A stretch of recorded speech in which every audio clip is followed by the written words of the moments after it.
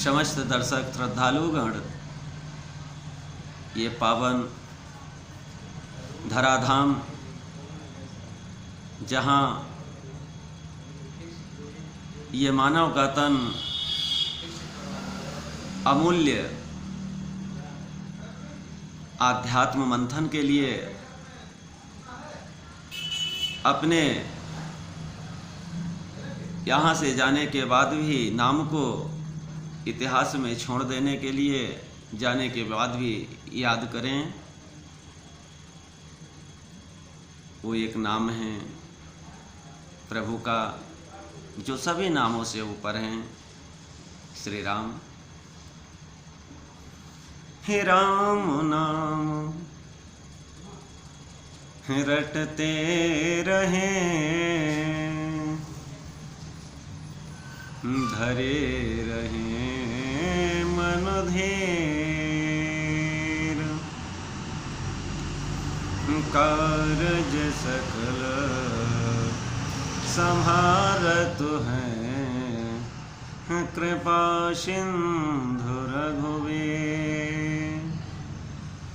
हे राम राम रोम रोम में, हे राम राम हे भाइयों बहनों घट घट में, राम विश्व विदित में, हे राम कहाँ नहीं, राम सर्वेश्वर जो सबके ईश्वर।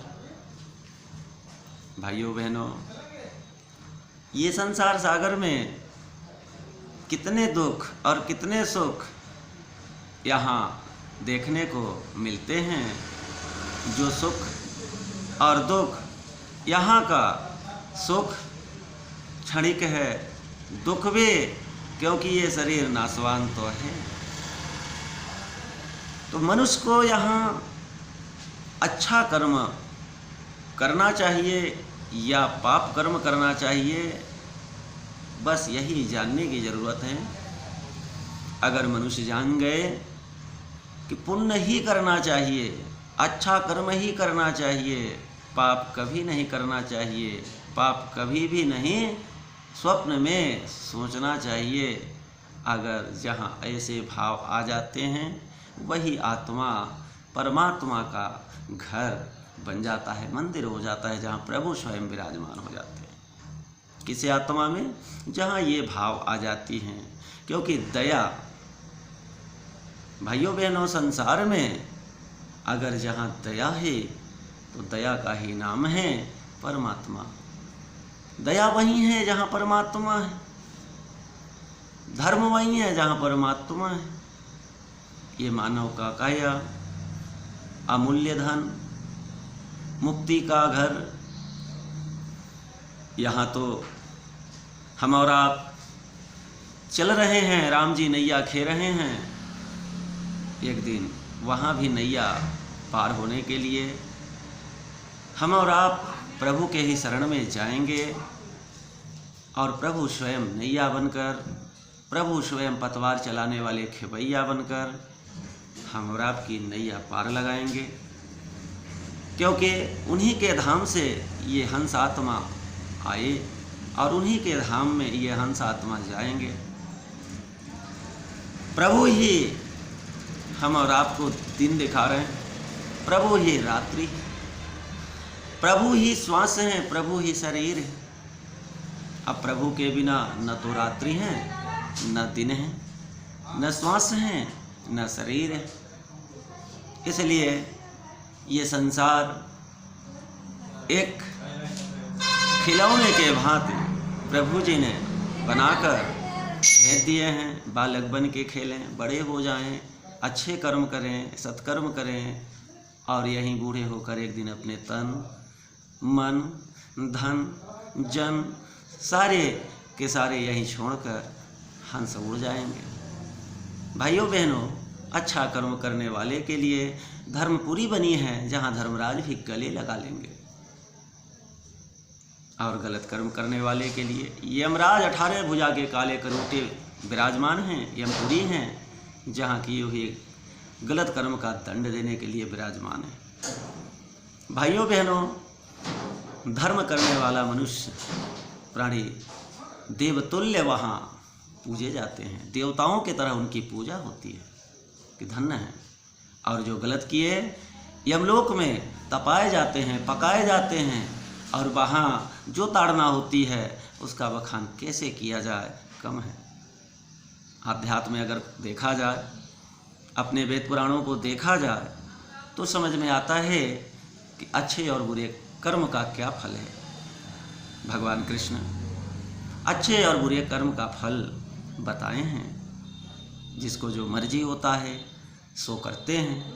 अभिमान के कारण, अहंकार के कारण, काम के कारण, क्रोध के कारण, मद के कारण, लोभ के कारण मार काट लूट।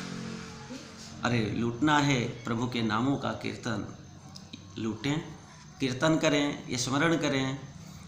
अगर जाना ही है तो सत्संग में चलें। भाइयों बहनों, माता पिता की सेवा करें। माता पिता, गुरु, सत्संग एक घड़ी, आधी घड़ी अमूल्य है। अगर मिल गई तो धन्य है वो कान जो संत मुखों से भगवान हरि की वाणी सुनते हैं, हृदय तक ले जाते हैं, मनन करते हैं और अपने परमात्मा का साक्षात्कार अवश्य कर लेते हैं। तो धन्य है ऐसे जगत में हमारे माता बहनें, भाई जो संसार में राजा रूप हैं, प्रजा रूप हैं, सबका तो सम्मान है। यहाँ धरती पर कर्म स्वतंत्र है, जो मर्जी है लोग कर रहे हैं, ये भूल है। कर्म वही करना चाहिए जो प्रभु को प्रसन्न है, जो प्रभु ने हमारा आपको कह के सारा धाम पे भेजे हैं, वही हमारे आपके यहाँ कर्म हैं जो सार्थक होंगे। आने का मतलब मिलेगा, और नहीं यहाँ से आए हैं चले गए, क्या मतलब। चले जाने पर वहाँ कौन सी गति हो रही है, ये आत्मा तो अमर, कभी मरने वाला नहीं है।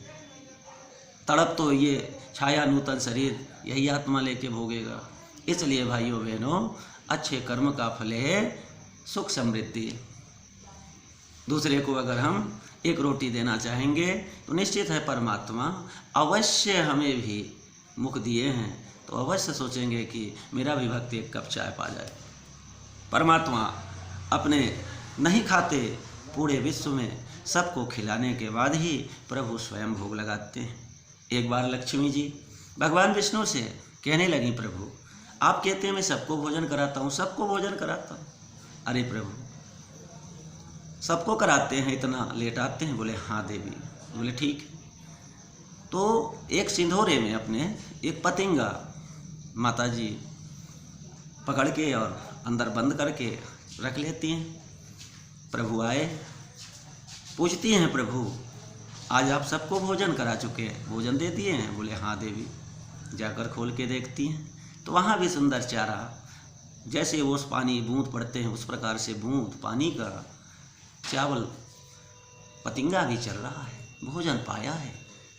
लक्ष्मी जी देखकर धन्य हो गई कि हे प्रभु, वास्तव में आप सबके ईश्वर हैं, आप सबकी आत्मा हैं। संसार को तृप्त करने के बाद ही आप स्वयं तृप्त होते हैं। इसी वाणी पर विश्व का कल्याण हो, विश्व में आनंद ही बरसे। इन्हीं वाणियों के साथ जय श्री राम।